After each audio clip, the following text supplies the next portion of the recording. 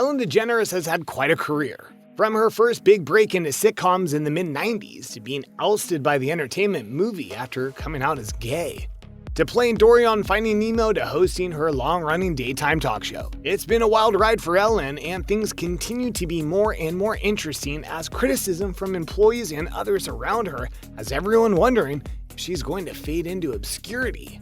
But regardless of all the uncertainty, over the course of her career, Ellen has amassed a gigantic fortune. Her net worth has been estimated at around $330 million. So today we're going to put the rumors and gossip aside and simply take a look at 6 ways Ellen spends all that cash. Number 6. Travel. Ellen and her wife really enjoy traveling to get away from the hustle and bustle of show business. So every summer she and Portia head off to a faraway location, usually in Europe, for a nice, long getaway. In 2019 it was Amsterdam. The year before that they were in Mallorca, Spain. But they enjoy traveling outside of Europe as well as being spotted traveling to Kenya and many other countries around the world. Number 5. Cars. Naturally, someone with the means of a daytime TV star is going to own some nice vehicles. Just comes with the territory of being rich and famous. So some of the vehicles in Ellen's $1.5 million car collection include a Porsche 911, Targa 4S, an early 90s Porsche 993, and a Porsche 997 Carrera S, and her darling $84,000 Porsche Cayenne. Are you seeing a trend here? Ellen really loves a good Porsche. Perhaps it's because the brand name is so close to her wife's name, or maybe she chose her wife because she likes the cars so much. Who's to say? And speaking of Ellen's wife, here's one more car in the collection worth mentioning. It's a Land Rover Defender that Ellen bought for Portia for Christmas in 2014. Apparently they're difficult to come by, but Portia had for a long time been pointing out every time they saw one expressing how cool it would be to own. So Ellen finally tracked one down in Texas, had it parked at a shopping center with a bow on it, and pointed it out to Portia as they strolled through the parking lot, stunning her as she procured the keys. Number 4. Watch collection. Ellen, like most celebrities, enjoys the finer things in life. One of these finer things includes a relatively small but extremely visible sign of social status and wealth, the almighty wristwatch. Ellen's very expensive collection includes a Rolex Yachtmaster 40 Everrose, a Rolex Oyster Perpetual Day Date, a Patek Philippe Grand, and a Patek Philippe Aeronaut Travel Time. But one of her most notorious watches is her 1969 Rolex named after the one and only Paul Newman, who popularized the model back in his day.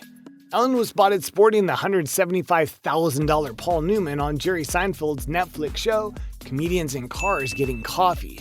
Ellen was also seen wearing a Rolex Daytona Vintage during her interview with President Barack Obama. Wouldn't you buy yourself a nice watch to wear if you landed an interview with the president? Number 3. Homes. Ellen and her wife Portia have owned several homes since their marriage in August of 2008. The couple explained that after they bought their first couple of houses, they realized that if you made a few improvements and updates and decided to sell in a few years, you can make a profit off of the property. So the pattern Ellen and Portia follow is to buy a house, do some home improvement, live there for a while and enjoy it, then when they decide something else would be nicer or they even start to like a slightly different style, they'll just buy a new one and sell the old one, and maybe pocket some cash along the way. Pretty genius strategy if you ask me. Architectural Digest reports that the couple have bought and sold over 20 properties since 2003. One of these properties is Ellen's Beverly Hills mansion, purchased from Adam Levine. This 5-bedroom, 12-bathroom palace set her and Portia back about $45 million. Another of Ellen's more recently purchased homes is her Asian-style 8,000-square-foot house in Santa Barbara. It carried a small price tag compared to the Beverly Hills home, but still cost a whopping $27 million. Number 2. Charity. With all the negative press surrounding Ellen lately, it's also important to point out that she doesn't only spend her millions on more stuff for herself. She gives away boatloads of money each year to charitable organizations like the Red Cross, Neurofibromatosis Incorporated, Halo Pet Foundation, Malaria No More, just to name a few. There are dozens more.